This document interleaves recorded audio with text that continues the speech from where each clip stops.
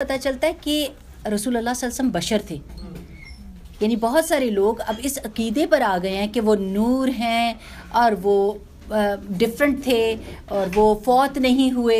نعوذ باللہ، اس طرح کی باتیں جو اللہ سبحانہ و تعالیٰ نے قرآن پاک میں ڈینائی کر دیا ہے. محمد صلی اللہ علیہ وسلم آپ بھی فوت ہو جائیں گے اور یہ بھی مر جائیں گے. یعنی کھلے بات تھی، کوئی چھوٹی چھپی تو نہیں بات. تو رسول اللہ صلی اللہ علیہ وسلم کا بشر ہونا اس سے ثابت ہوتا ہے کہ ان کو بھی درد ہوتی تھا، ان کو بھی ڈر لگتا تھا. بالکل جیسے موسیٰ علیہ السلام نے اپنی لاٹھی کو سانپ دیکھا تو الٹے پاؤں بھاگے، تو اللہ سبحانہ وتعالیٰ نے فرمایا موسیٰ واپس آؤ، ہمارے ہاں پیغمبر ڈرا نہیں کرتے، اٹھاؤ اس کو. تو پھر انہوں نے اٹھا لی تھی. یعنی instant reaction of a human being. ٹھیک. پھر ایک اور بات جو اب آپ کے اس میں علم میں ہونی چاہیے کہ رسول اللہ صلی اللہ علیہ وسلم حرا کب تک جاتے تھے؟ جب تک کہ اللہ سبحانہ و تعالیٰ نے یہ نہیں کہہ دیا تھا قم فانذر. اس کے بعد آپ کو کہیں نہیں ملے گا کہ رسول اللہ صلی اللہ علیہ وسلم نے وہ عبادت جو چھپ کے کٹ کے لوگوں سے کی تھی وہ دوبارہ کی ہو، کیونکہ اب وہ کام تھا ہی نہیں. اب سب کام کلیئر ہو گیا تھا. اب حرا واپسی نہیں ہے، اب باہر کی طرف راستہ ہے، اب لوگوں کی طرف راستہ ہے، اب لوگوں سے ملنا ملانا ہے. اور اگر کسی کو بہت شوق ہے کہ اللہ سبحانہ و تعالیٰ کے ساتھ تنہائی میں باتیں کرے تو تہجد کا وقت رکھ دیا گیا ہے مسلمانوں کے لیے. کیونکہ بہت سارے لوگ ابھی بھی ایسے فرقے موجود ہیں نا جو کہتے ہیں کہ آپ دروازہ بند کر دیں، بتیاں بند کر دیں اور اللہ ہو پڑھیں یا کوئی ایسا، تاکہ آپ کو وہی چیز دوبارہ چاہیے، اپنا توشہ لے کر جائیں اور آپ وہی بن جائیں جو رسول اللہ صلی اللہ علیہ وسلم غار حرا میں تھے. اگر آپ نے غور و فکر کرنا ہے، اللہ سبحانہ و تعالیٰ نے ہمارے دین میں یہ طریقہ نہیں بتایا اور یہ دکھا دیا ہم کو کہ رسول اللہ صلی اللہ علیہ وسلم کو جب تک نبوت نہیں ملی تھی اس سے پہلے اس طرح کی میڈیٹیشن تھی، کیونکہ he was still searching. But when the way was clear then no way back. اب آگے چلنا ہے اور لوگوں کے بیچ میں رہنا ہے. اسی لیے آپ کو استاذہ جب بھی پڑھاتی ہے تو کہتی ہیں اپنے پیاروں کو ساتھ لے کر چلو، لیکن اس کو جملہ نہیں سمجھنا، اس کو ایک فوکس سمجھنا. یہ میرا گول ہے. میرے پیارے کون کون ہیں؟ میرے بچے، میرا گھر نہیں، سب انسانیت میرے پیارے ہیں. اور ابھی آپ دیکھیں گے کہ رسول اللہ صلی اللہ علیہ وسلم کس حکمت کے ساتھ اس کام کو آگے لے کر چلیں گے. اور وہ ہر بندہ سیکھ سکتا ہے تجربے سے، دوسروں کے تجربے سے سیکھنا ہے. رسول اللہ صلی اللہ علیہ وسلم ہمارے رول ماڈل ہیں. آپ کو ہر سچویشن میں رسول اللہ صلی اللہ علیہ وسلم بتائیں گے اس وقت خطرہ ہے، تم نے کس طرح کا طریقہ اختیار کرنا ہے. اس وقت لوگ بہت اکھڑ اور بے پرواہ ہوئے ہیں، اس وقت کیسا ہے. اس وقت تمہاری مددگار بہت زیادہ ہو گئے، اب کیسا کام کرنا ہے. So you will know every situation that you are going to go through. رسول اللہ صلی اللہ علیہ وسلم is going to tell you, guide you کہ کیا راستہ ہے، کس طریقے سے آپ اس راستے پر چل سکتے ہو اور تبلیغ کر سکتے ہو. ٹھیک. اچھا، اب ہم دیکھتے ہیں کہ تبلیغ کا آغاز. پیج نمبر 52 پہ آ جائیے. ان آیات کے اترنے کے بعد، یعنی سورہ مدثر کی آیات اترنے کے بعد، نبی کریم صلی اللہ علیہ وسلم دعوت و تبلیغ میں لگ گئے. چونکہ آپ کی قوم اکھڑ اور بت پرست تھی. قرآن پاک میں آپ نے کیا پڑھا کہ سب سے زیادہ مسلمانوں کی یا توحید کی دشمنی میں کون تیز ہوتے ہیں؟ یہود، ناٹ نصارہ. نصارہ کی تو تعریف کی ہے اللہ سبحانہ و تعالیٰ نے کہ وہ اب اللہ سے ڈرتے ہیں. یہود اور مشرک جو بت پرست، جو اللہ سبحانہ و تعالیٰ کے ساتھ شریک ٹھہراتے ہیں، وہ سب سے سخت ہوتے ہیں اور اکھڑ ہوتے ہیں اور ان کے دل سخت ہوتے ہیں. کیوں؟ کیونکہ گناہوں میں ان کے لیے آسانی ہو جاتی ہے. ان کو ہاتھ ہی نہیں سجائی دیتا اپنا.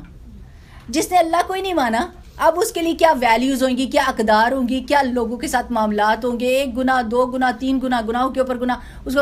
تو جب گناہ ہوتے ہیں تو پھر کیا ہوتا ہے؟ دل سخت ہو جاتا ہے. ہمارے دل بھی اس لیے سخت تھے چونکہ ہم گناہوں میں ڈوبے تھے. ہم قرآن کے پاس نہیں. جیسے جیسے آپ قرآن کے پاس آتے جاتے ہیں آپ میلٹ ہوتے جاتے ہیں، آپ نرم ہوتے جاتے ہیں. کبھی موم بتی کو دیکھیں کہ اوپر والا حصہ جو جلنے کے قریب ہوتا ہے وہ کیسا نرم ہوتا ہے اور نیچے والا کیسا اکڑا ہوا سخت ہوتا ہے.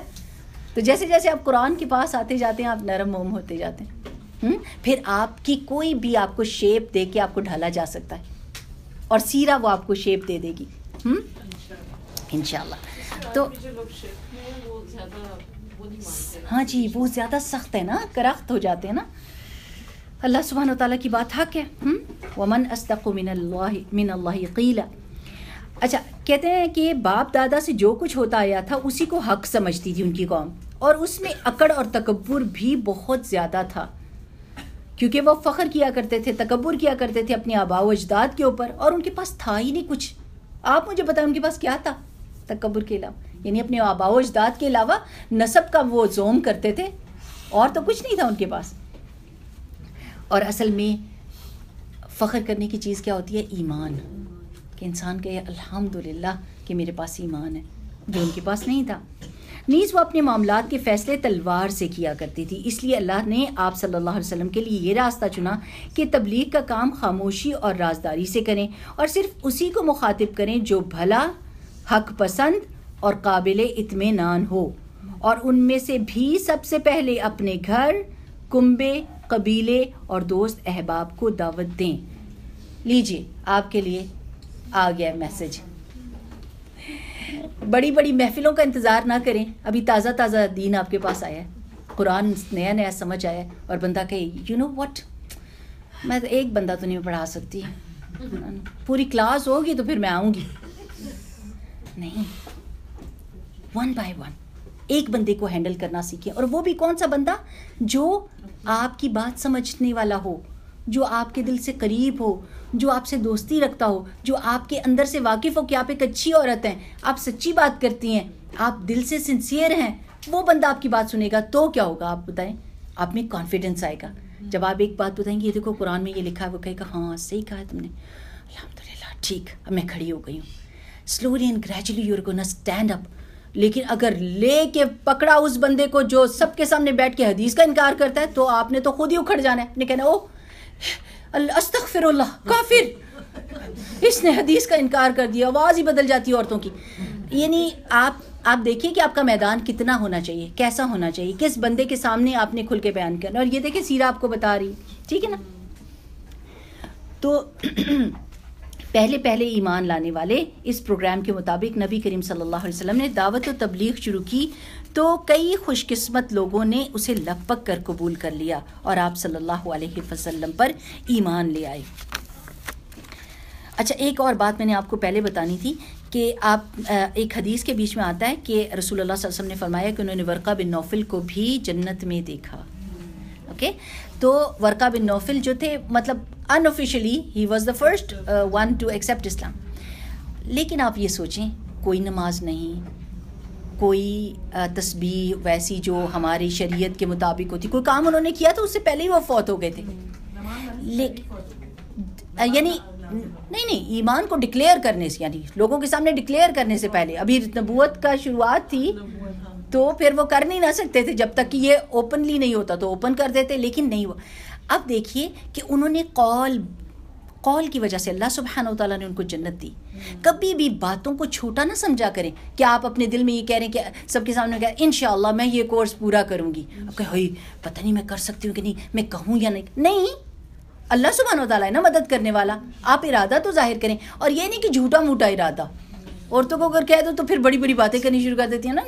کامن سینس کہ میں انشاءاللہ یہ کام کروں گی اور میرا اندر سے بھی ارادہ ہے، تو اللہ سبحانہ و تعالیٰ اس قول کے مطابق آپ کو ریوارڈ تو دے ہی دیتا. پھر جب آپ کرتے ہیں تو ملٹیپل ریوارڈ اور سے اور ہوتا جاتا ہے. لیکن کہیں تو صحیح نا. لوگ کہتے یو نو واٹ، میں کچھ بھی ایسی بات نہیں کہوں گی جو میں کر نہیں سکتی. آپ کر سکتی ہیں. اللہ تعالیٰ نے آپ کو صلاحیتیں دی ہوئی ہیں، ارادہ ہونا چاہیے. آپ کو اگر سونے کی چوڑیاں چاہیے ہوتی ہیں تو آپ کا ہسبینڈ تو کارڈ مار کے آپ کو لے دے گا، because he has to. You will make him do stuff. آپ غور فرمائیں کہ آپ جو باتیں ان کے کان میں ڈالتی رہتی ہیں، وہ جب سب میں بیٹھتے ہیں تو سب سے پہلے وہی بات کرتے ہیں، چاہے اس وقت آپ کو ڈینائی کر رہے ہوں. بھلی بات بھی آپ بتاتی ہیں نا، رسول اللہ صلی اللہ علیہ وسلم نے یہ کہا ہے، رسول اللہ صلی اللہ علیہ وسلم نے یہ کہا. اچھا، اب مجھے بتانے نہ شروع کر دینا، اب کلاس نہ شروع کر دینا. لیکن جب بیٹھیں گے، او جی آپ کو پتہ ہے رسول اللہ صلی اللہ علیہ وسلم، کہتے ماشاء اللہ. اب کیوں؟ کیونکہ عورت بڑی اسٹرانگ چیز ہے. آپ دیکھیں خدیجہ رضی اللہ تعالیٰ عنہ کی سپورٹ دیکھیں کہ رسول اللہ صلی اللہ علیہ وسلم کیسے کھڑے ہو گئے، کیسی کانفیڈنس ان کو دیا انہوں نے، کیسی سپورٹ دی. آپ مال کی بھی پرواہ نہ کریں، آپ جان کی بھی پرواہ نہ کریں، آپ مورل سپورٹ کی بھی پرواہ نہ کریں. آپ تو ہے ہی اچھے، آپ یہ کر سکتے ہیں. تو عورت بڑی اسٹرانگ چیز ہے اگر پازیٹیولی اپنے آپ کو استعمال کرے، اور اگر نیگیٹیولی یوز کرتی ہے تو بھی بڑی اسٹرانگ ہوتی ہے. خاندان کے خاندان برباد کر دیتی ہے، کسی کو ٹھہرنے نہیں دیتی. تو باتوں کو کبھی بھی چھوٹا نہ سمجھا کریں، چاہے وہ غلط بات ہو اس کو چھوٹا نہ سمجھیں، اس کا کانسیکوینس بہت بڑا ہوگا. اور اگر اچھی بات کرتے ہیں تو اس کو بھی چھوٹا نہ سمجھیں، ہو سکتا ہے اس بات پر آپ کو جنت مل جائے. تو ان میں سب سے پہلے یعنی قبول کرنے والوں میں سب سے پہلا نام حضرت خدیجہ رضی اللہ تعالیٰ عنہ کا ہے. وہ آپ کی بیوی ہونے کے ناطے سے آپ کے بلند اخلاق اور اعلیٰ کردار کو سب سے اچھی طرح جانتی تھیں. انہیں یہ بھی پتا تھا کہ ایک آخری نبی کی آمد ابھی باقی ہے، کیونکہ ان کے اپنے کزن یہ بات ان کو بتاتے ہوں گے اور ان کو لوگوں سے پتہ تھی. وہ آپ کے تعلق سے کچھ معجزانہ حالات اور واقعات بھی سن چکی تھیں، اور آپ صلی اللہ علیہ وسلم میں نبوت اور رسالت کی جھلک بھی دیکھ چکی تھی. یعنی آپ کا اسپاؤس نوز یو بیسٹ. اور اگر اسپاؤس آپ کے اور آپ کے بیچ میں ایک دیوار ہے، میں کس کو ٹیلی فون کر رہی ہوں اس کو نہیں پتا، اور وہ کس کو ٹیلی فون کر رہا ہے مجھے نہیں پتا، میری اپنے سیکرٹس ہیں اس کے اپنے سیکرٹس ہیں، اور میں یہ بات اس کو نہیں بتاؤں گی، بچوں یہ بات ڈیڈی کو نہ بتانا، اور ڈیڈی کہہ رہے ہیں ماما کو نہ بتانا. تو یہ کام گھر میں بے چینی، بے سکونی اور ٹرسٹ کو توڑنے والی چیز ہوتی ہے. جب آپ اپنی میرٹل لائف کو کھڑا ہی ٹرسٹ پہ کر رہے ہیں، کر ہی سکتے تب ہیں جب آپ کے بیچ میں ٹرسٹ ہوگا. آپ ان کے ساتھ شیئر کریں گی تو وہ بھی آپ کے ساتھ شیئر کریں گے. آپ جھوٹ نہیں بولیں گی کہ میں سہیلی کے پاس گئی تھی اور امی کے پاس بیٹھی ہوئی ہیں، then he is not going to let you go to your mama. آپ نے ان کو بتانا ہوگا آج مما کے پاس جانے کو دل ہے، تھوڑی سی دیر جاؤں گی، اور سچ بولیں، تھوڑی دیر کے بعد واپس آ جائیں، لمبی کہانیاں نہ کریں. تو جب ٹرسٹ پہ بلڈ ہوتا ہے کوئی بھی ریلیشن شپ تو اس میں اسٹیبلٹی ہوتی ہے، اس میں لانگ ٹرم فائدے ہوتے ہیں، اس میں جماؤ ہوتا ہے، ٹھہراؤ ہوتا ہے. تو وہ سب سے زیادہ ان کو جانتی تھی. اپنی کلاس کا نا ایک ادب ہوتا ہے، ایک لحاظ ہوتا ہے. یعنی جس وقت تک آپ ریلیکس ہونے کا آپ کا ٹائم ہے، do that. But after that, do not even have those gestures which show کہ I'm not serious right now, whatever. آپ جو بتا رہی مجھے پتہ ہے، don't do that. یہ ادب کے خلاف ہے.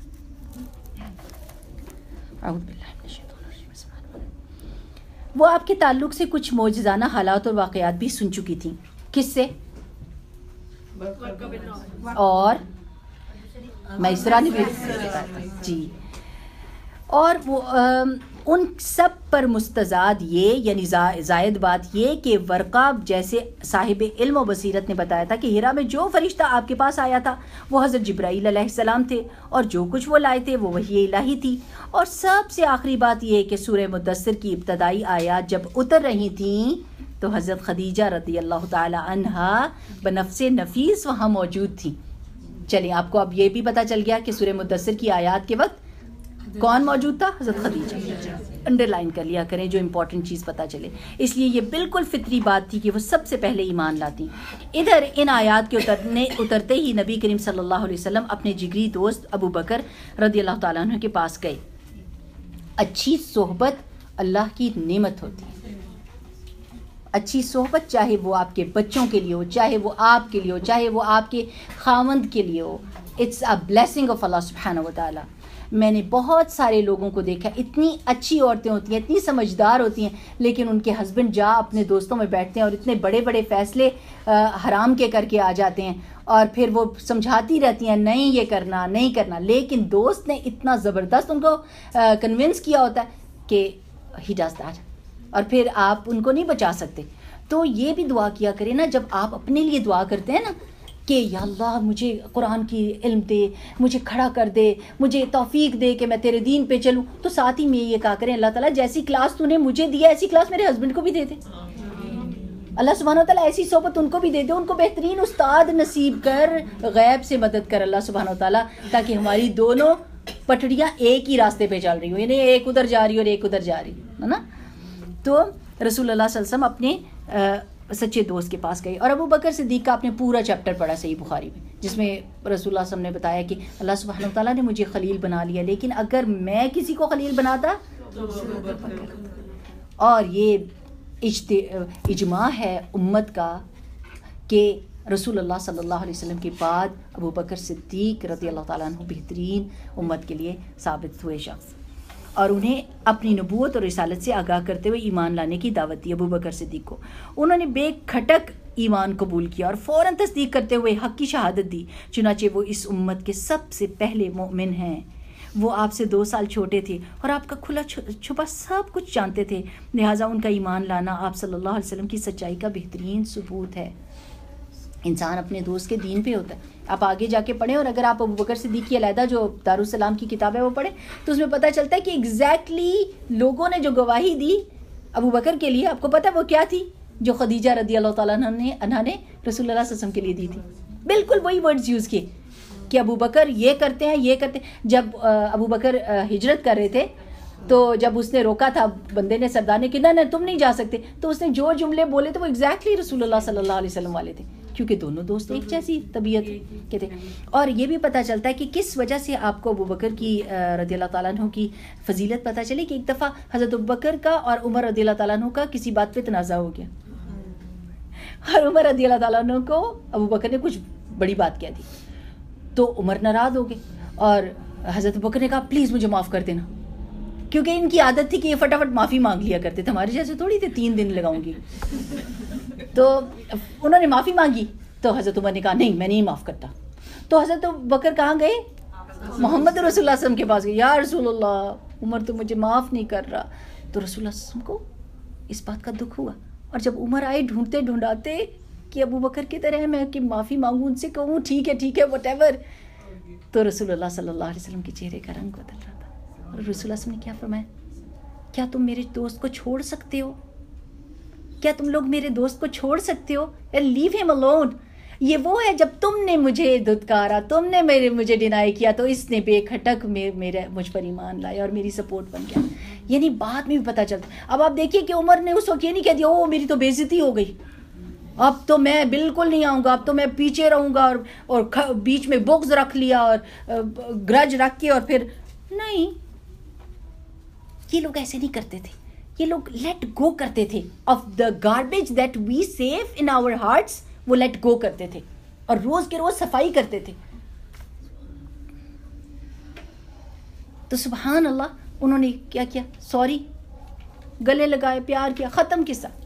لیکن اس سے کیا پتہ چلتا ہے کہ ابوبکر کی فضیلت بہرحال باقی صحابہ پر ہے۔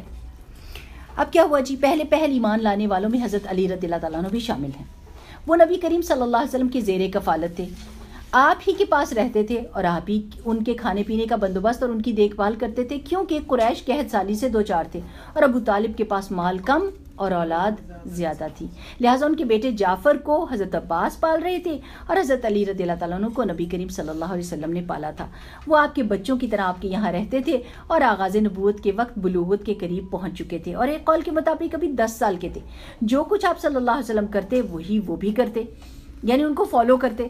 لہٰذا جب آپ نے ان کو اسلام کی دعوت دی تو وہ مسلمان ہو گئے، اور وہ بچوں میں سب سے پہلے مومن تھے، کیونکہ بعد میں پتہ چلتا ہے کہ یہ رسول اللہ صلی اللہ علیہ وسلم پوچھتے تھے کہ آپ کیا کر رہے ہیں، آپ اور خدیجہ، اور انہوں نے جا کے پہاڑوں کے بیچ میں رسول اللہ صلی اللہ علیہ وسلم کے ساتھ نماز پڑھی تھی، تو انہوں نے دیکھ لیا ابو طالب نے، انہوں نے کہا یہ تم دونوں کس دین پر ہو؟ تو انہوں نے کہا کہ اللہ سبحانہ وتعالیٰ توحید کے دین پر ہیں، ہم ابراہیم علیہ السلام کے دین پر ہیں۔ تو آپ بھی، حضرت علی نے فٹافٹ اپنے ابو کو کیا کہا آپ بھی مان لے آئے، تو انہوں نے کہا میں تو اپنے باپ دادا کی دین پر رہوں گا، لیکن علی تم محمد صلی اللہ علیہ وسلم کا ساتھ نہ چھوڑنا، تم ان کے ساتھ ہی رہنا۔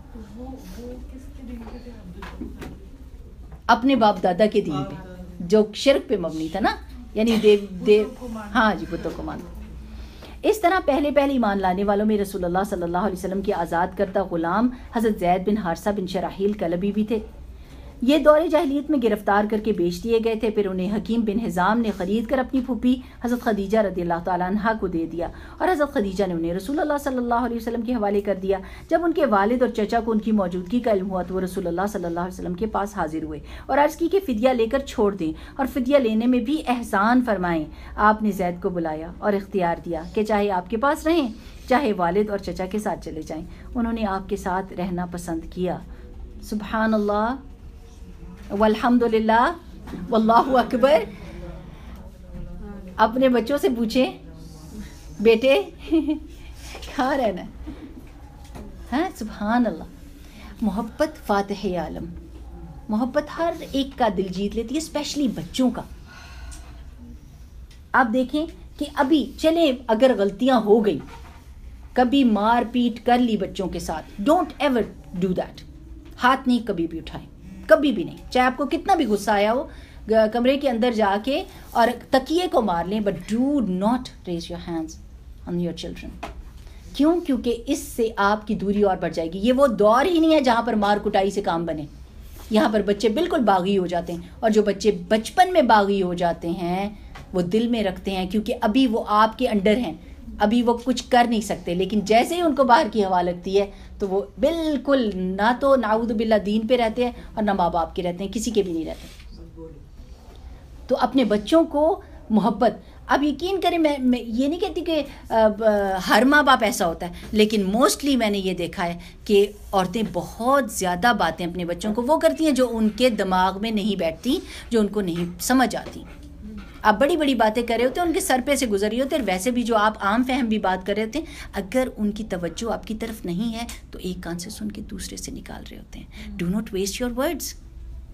آپ کے قول تو بہت قیمتی چیز ہے, کرامن کاتبین لکھ رہے ہیں, اور آپ کی روز کی تقریر ایک جیسی وہ بھی لکھ رہے ہوں گے. کتنی دفعہ جواب دیں, کتنے الفاظ بولے ہیں نا, اور وہ ضائع ہوتے ہیں. تو اب ہر اپنی صلاحیتوں کی حفاظت کیا کریں, اپنی عقل کی, اپنی نظر کی, اپنی زبان کی, اپنی سماعت کی حفاظت کیا کریں. Do not waste these abilities. یہ اللہ تعالیٰ کی آپ کے پاس امانت ہے.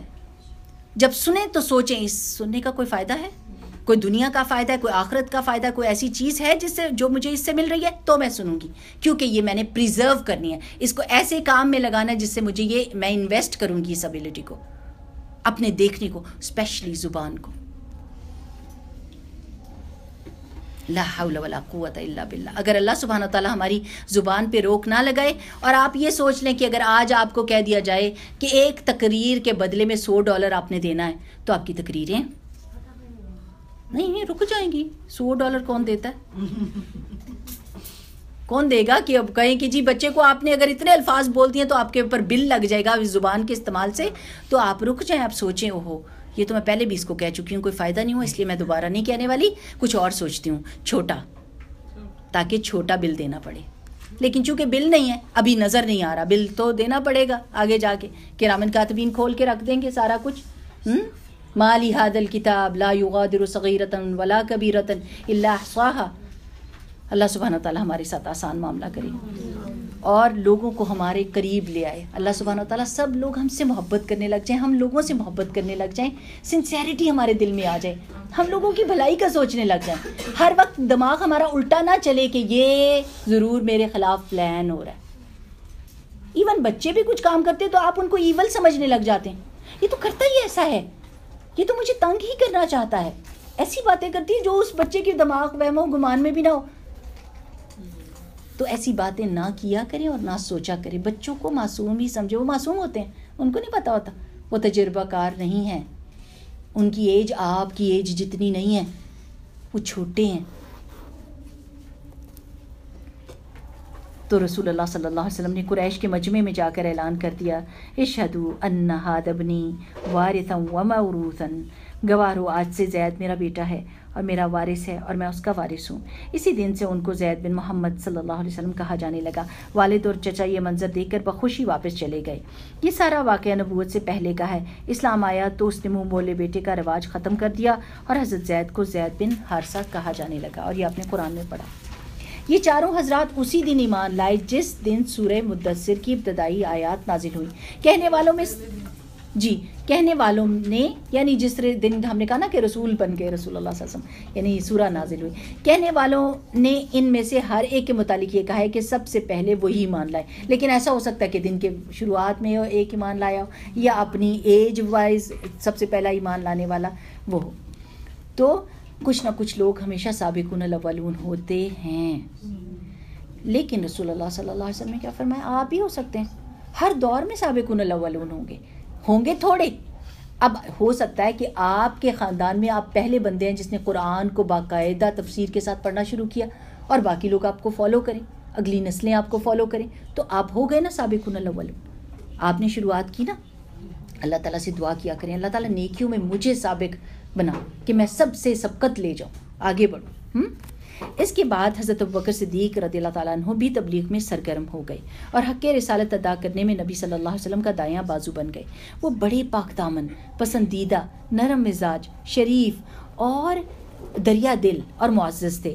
عرب کے انصاب و واقعات سب سے زیادہ جانتے تھے. ان کے کردار و اخلاق، جود و سخا، علم و فضل، لین دین، میل جول کی خوبیوں کی وجہ سے ان کے پاس ہر قسم کے لوگوں کی آمد و رفت برابر رہا کرتی تھی. اور جب لوگوں سے زیادہ آمد و رفت ہوتی ہے اور بات چیت ہوتی ہے تو انسان کیا ہو جاتا ہے؟ مردم شناس نا، سمجھ آ جاتی ہے اس کو بندوں کی.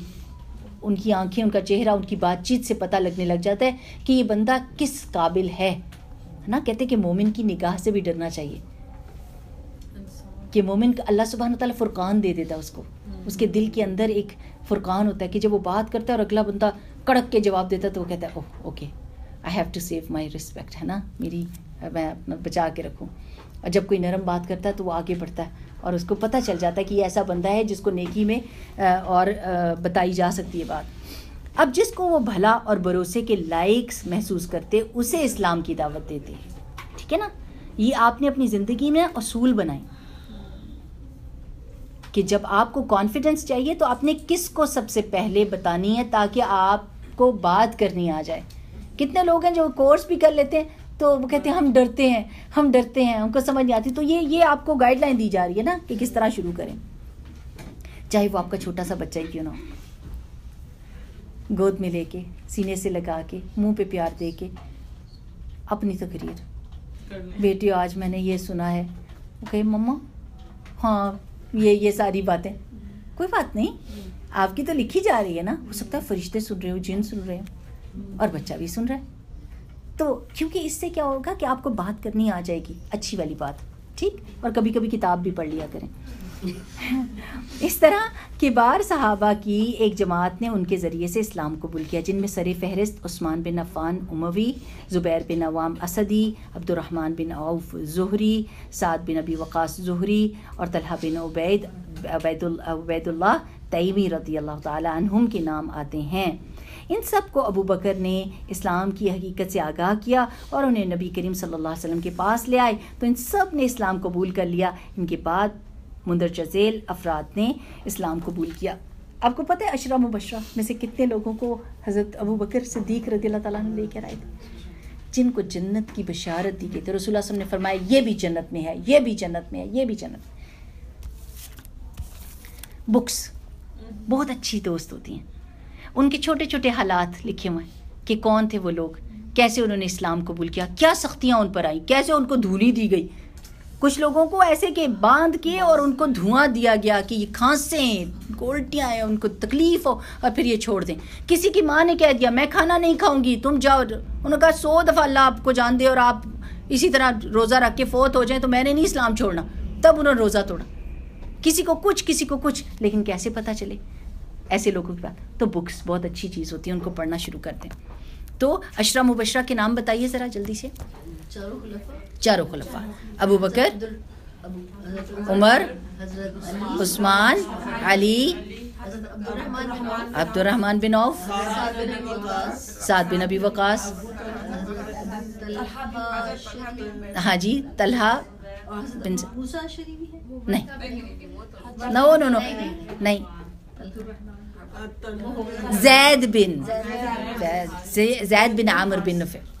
چلے پڑھ کے سناتی ہوں آپ کو تاکہ آپ کا پکا. ابو عبیدہ بن جراح. اوکے، سو چاروں خلفاء اور پھر ابو عبیدہ بن جراح، سعد بن ابی وقاص، عبد الرحمن بن عوف، زبیر بن العوام جن کو رسول اللہ صلی اللہ علیہ وسلم نے کہا تھا حواری ہے میرے، طلحہ بن عبید اللہ اور سعید بن زید. ٹھیک ہے نا. اور سعید بن زید بن عمر بن نفیل. ٹھیک، وہی جو عمر بن نفیل.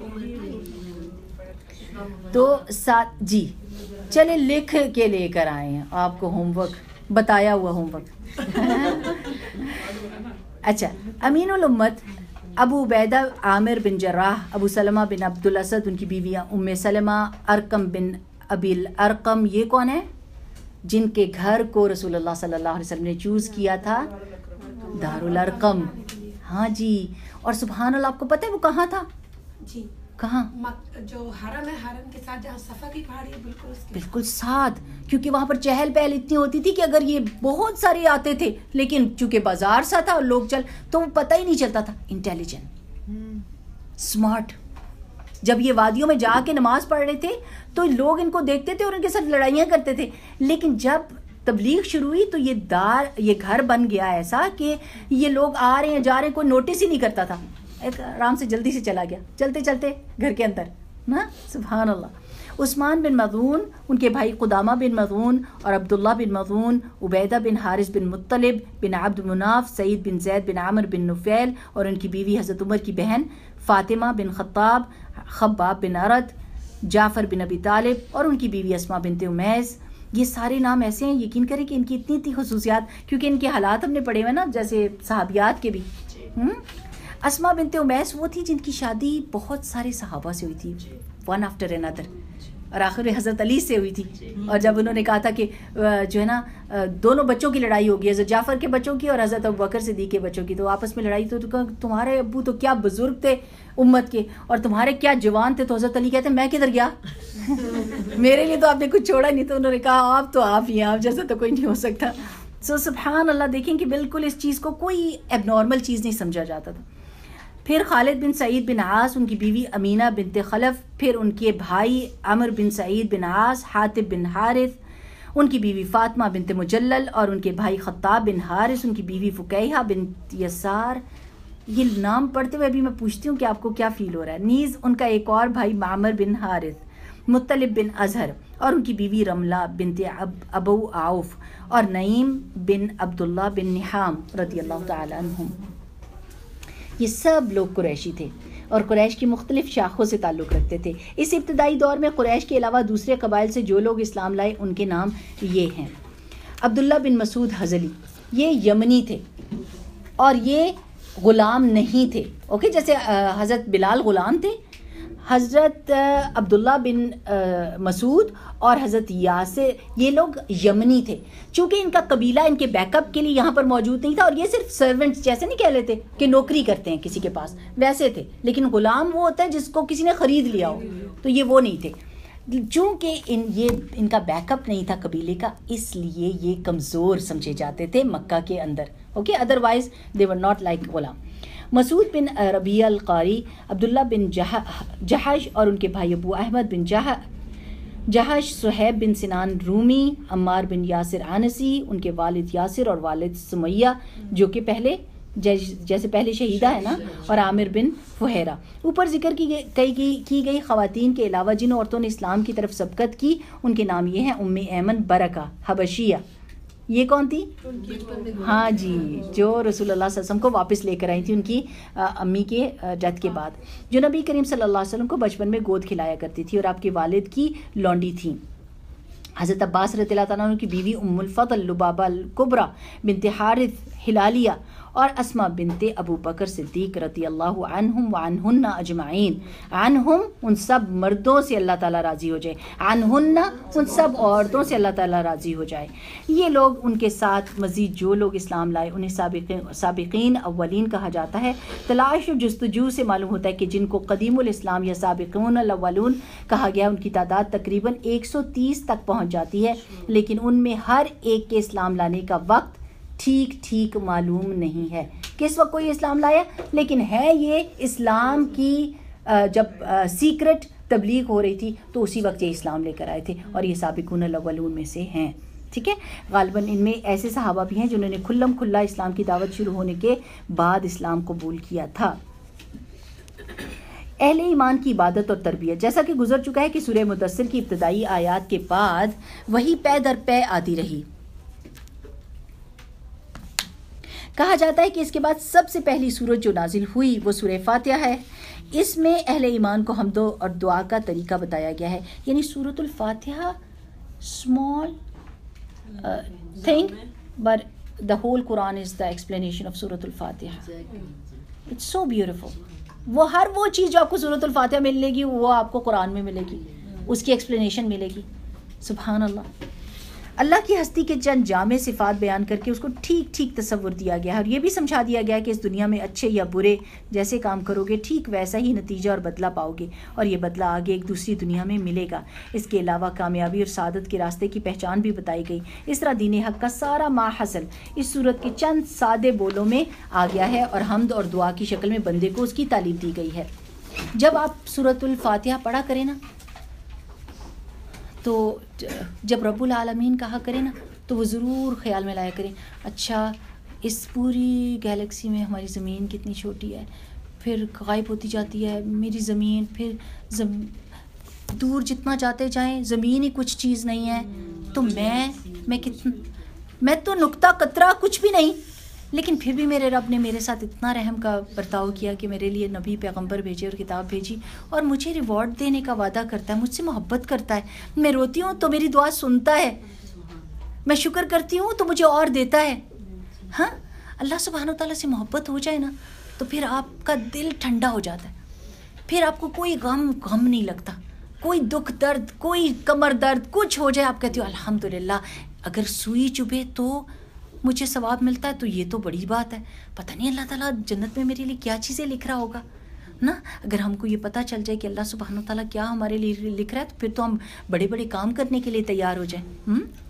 تو کہا جاتا ہے کہ رسالت شروع ہونے کے بعد سب سے پہلے جو حکم دیا گیا وہ نماز کا تھا۔ حضرت جبرائیل علیہ السلام نے تشریف لا کر نماز اور وضو کا طریقہ بتا دیا، اور صبح شام 2 رکعت نماز پڑھنے کا حکم دے دیا۔ ٹھیک، اب آپ دیکھیں کہ میں کسی عالم کی سن رہی تھی بات، اور انہوں نے کہا کہ جب آپ کو قصر کا کہا جاتا ہے، جب آپ جاتے ہیں کسی سفر پر، یعنی سفر وہ ہوتا ہے جس میں آپ ایکسٹرا ٹوتھ برش رکھ لیتے ہیں یا اپنا سامان ایکسٹرا رکھتے ہیں، وہ آپ کا سفر ہے، آپ کہیں پر بھی جا رہے ہیں، definitely you are going for. تو وہ کہتے ہیں کہ جب آپ کو قصر پڑھنے کے لیے کہا جاتا ہے، لوگ پوچھتے ہیں ہائے اچھا سنتیں تو چھوڑ دیں گے، نفل نہیں چھوڑیں گے، اچھا نفل تو چھوڑ دیں گے، یہ نہیں کر، پتہ ہے میرا دل نہیں چاہتا، میں 4 ہی پڑھوں گی۔ تو کہتے ہیں عیش کریں، اللہ کا نے آپ کو آسانی دی ہوئی ہے، اور اصلاً تو آپ کی نماز 2 ہی تھی جو آپ نے پڑھ لی اور آپ کی پوری ہو گئی، وہ تو بعد میں اللہ سبحانہ تعالیٰ نے اضافہ کیا تھا اس کا، اصل نماز تو آپ کی 2 رکعت ہی تھی جو اللہ تعالیٰ نے آپ نے پوری پڑھی، اللہ نے آپ کو اس کا نماز کا ثواب دے رہا ہے جو آپ ریگولر جگہ پر پڑھتے ہیں۔ کتنی پیاری بات ہے نا، آپ اگر کوئی کام کنٹینیوسلی کر رہے ہیں اور ایک وقت آ گیا کہ آپ کو بریک دینی پڑ گئی ہے، آپ کو ثواب وہی ملے گا جو آپ پہلے کرتے ہیں۔ امیزنگ۔ ایک نماز پڑھتے ہیں 10 نمازوں کا ثواب، جماعت میں پڑھتے ہیں 27 نمازوں کا ثواب، 10 کو 27 کے ساتھ ملٹیپلائی کریں، امیزنگ۔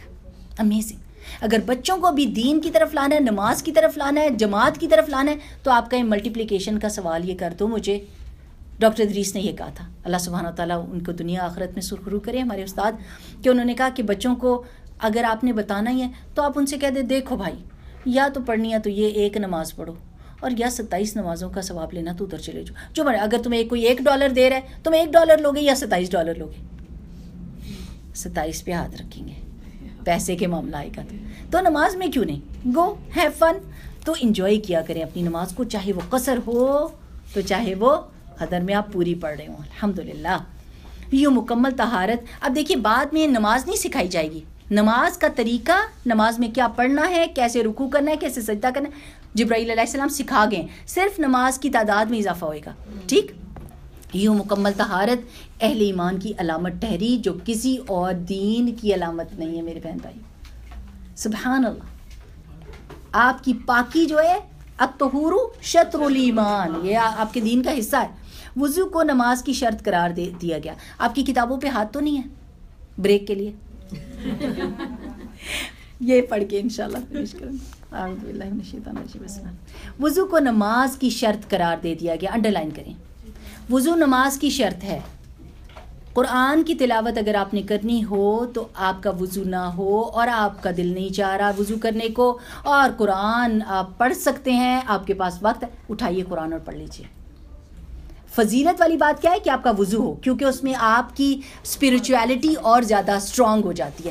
لیکن اگر آپ بیٹھے ہوئے ہیں، یہ قرآن پڑھا ہوا ہے، آپ فضول میں لیٹے ہوئے ہیں اور آپ کے پاس ٹائم ہے اور آپ کا وضو، او مائی گاڈ وضو کرنا، اٹھائیے بسم اللہ پڑھیں۔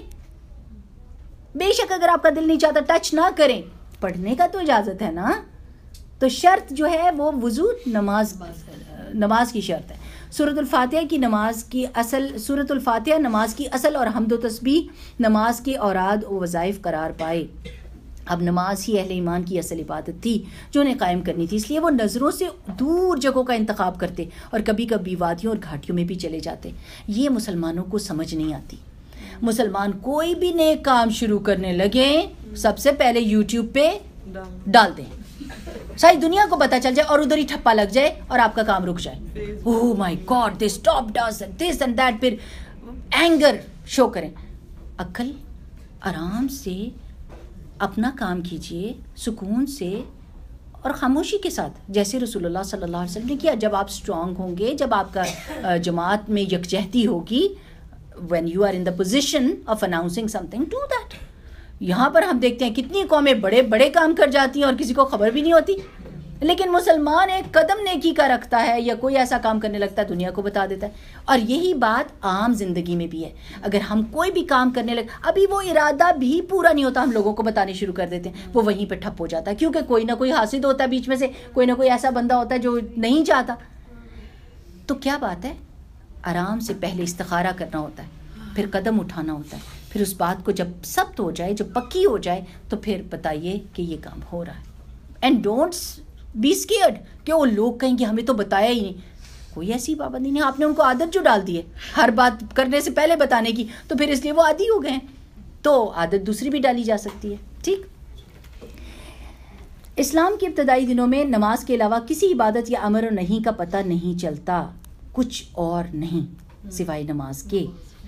جب کوئی اسلام بھی قبول کرے تو میری پیاری بہنوں، سب سے پہلے توحید کے بعد نماز، وہی آتی تھی، توحید کے مختلف گوشوں کو بیان کرتی تھی، صحابہ رضی اللہ تعالیٰ عنہم کو نفس کی صفائی کی ترغیب دیتی تھی، مکارم اخلاق پر ابھارتی تھی، جنت اور جہنم کے حالات بیان کرتی تھی، اور ایسی زبردست نصیحتیں لے کر آتی تھی کہ ان کے سینے کھل جاتے تھے اور روح کو غذا ملتی تھی۔ ادھر رسول اللہ صلی اللہ علیہ وسلم بھی کتاب و حکمت کی تعلیم کے ذریعے سے صحابہ کرام کو یکجا کرتے، انہیں دلوں کی صفائی، اخلاق کی پاکیزگی، معاملات کی سچائی اور نفس کی عفت کی تربیت دیتے، تاریکیوں سے نکال کر روشنی میں لاتے، صحیح راستہ بتاتے اور اللہ کے دین کو مضبوطی سے پکڑنے، اس کی رسی کو اچھی طرح سے تھامنے اور اس کے معاملے میں ثابت قدم رہنے کی تلقین فرماتے تھے۔ یوں 3 برس گزر گئے اور خاموش تبلیغ ہوتی رہی، لوگوں کو پتہ چلتا رہا، لیکن کن کو؟ جن کو جانتے تھے۔ ایک بندہ آیا یمن سے اور اس کا نام تھا عمر بن عبس، اور اس نے آ کے کہا میں نے یہ باتیں سنی ہیں کسی سے اور میں ایمان لانا چاہتا ہوں۔ رسول اللہ صلی اللہ علیہ وسلم نے فرمایا واپس چلے جاؤ، ابھی مجھے قریب کے لوگوں کا حکم ہے۔ کیوں؟ کیا ہوتا اگر وہ ایمان لے کے جاتا؟ ظاہر ہے وہ چھپا تو سکتا نہیں تھا، اور لوگوں کو پتہ چلتا اور باہر سے غلہ آ جاتا کہ یہاں پر کوئی ایسا کھڑا ہو رہا ہے۔ جب تک خاموش تبلیغ ہوتی رہی، باہر کے لوگوں کو بھنک تو پڑتی تھی لیکن اوپن مخالفت نہیں ہو رہی تھی، کیونکہ اوپن ڈکلیریشن نہیں تھی۔ تو جب آپ اوپنلی ڈکلیئر کرتے ہیں تو اوپنلی مخالفت آتی ہے، ٹھیک ہے نا؟ تو اس لیے مجلس اور محفلوں میں کہیں اعلانیہ تبلیغ نہیں کی گئی، لیکن قریش کو اس کا علم ہو گیا اور بعض نے اس پر تنقیر بھی کی، بعض اہل ایمان پر کچھ زیادتیاں بھی کی گئیں، تاہم عمومی طور پر قریش نے اب تک اسے کوئی اہمیت نہ دی، وہ اگنور کر رہے تھے۔ ادھر نبی صلی اللہ علیہ وسلم نے بھی ان کے دین سے کوئی تعرض نہ کیا، نہ ان کے معبودوں کے بارے میں کوئی بات کہی۔ ٹھیک، تو آج جتنی باتیں سمجھ آئی ہیں، اپنی عملی زندگی کی جو باتیں سمجھ آیا کریں۔ استاذہ نے بڑے مزے کی چھوٹی ڈائری ہم کو بنوا کے دی تھی کہ، اور اس میں وعدے تھے، اور ابھی جب میں وہ کھولتی ہوں تو کتنے سارے وعدے یاد آ جاتے، او مائی گاڈ۔ لیکن کیا کہنے سے کچھ نہ کچھ تو آ ہی گیا، اس میں سے 10 چیزوں میں سے 3-4 چیزیں تو آئی گئی ہوں گی انشاءاللہ تعالیٰ۔ تو چھوٹی سی ڈائری وہ ہم نے کہا تھا، استاذہ نے کہا تھا، تو کسی نے ایک دم جا کے خرید کے تو سب کے ہاتھوں میں تھما دی۔ تو جو وہ پریکٹیکل لیسنز ہوتے تھے وہ سارے کے سارے ہم لکھتے جاتے تھے، میں نے یہ کرنا ہے، میں نے یہ نہیں کرنا ہے نا، سبحان اللہ۔ تو اللہ سبحانہ تعالیٰ آسانی کر دیتا ہے، کچھ نہ کچھ بندہ سیکھ ہی جاتا ہے۔ سبحانک اللہم و بحمدک، نشہد ان لا الہ الا انت، نستغفرک و نتوب الیک۔ السلام علیکم و رحمۃ اللہ وبرکاتہ۔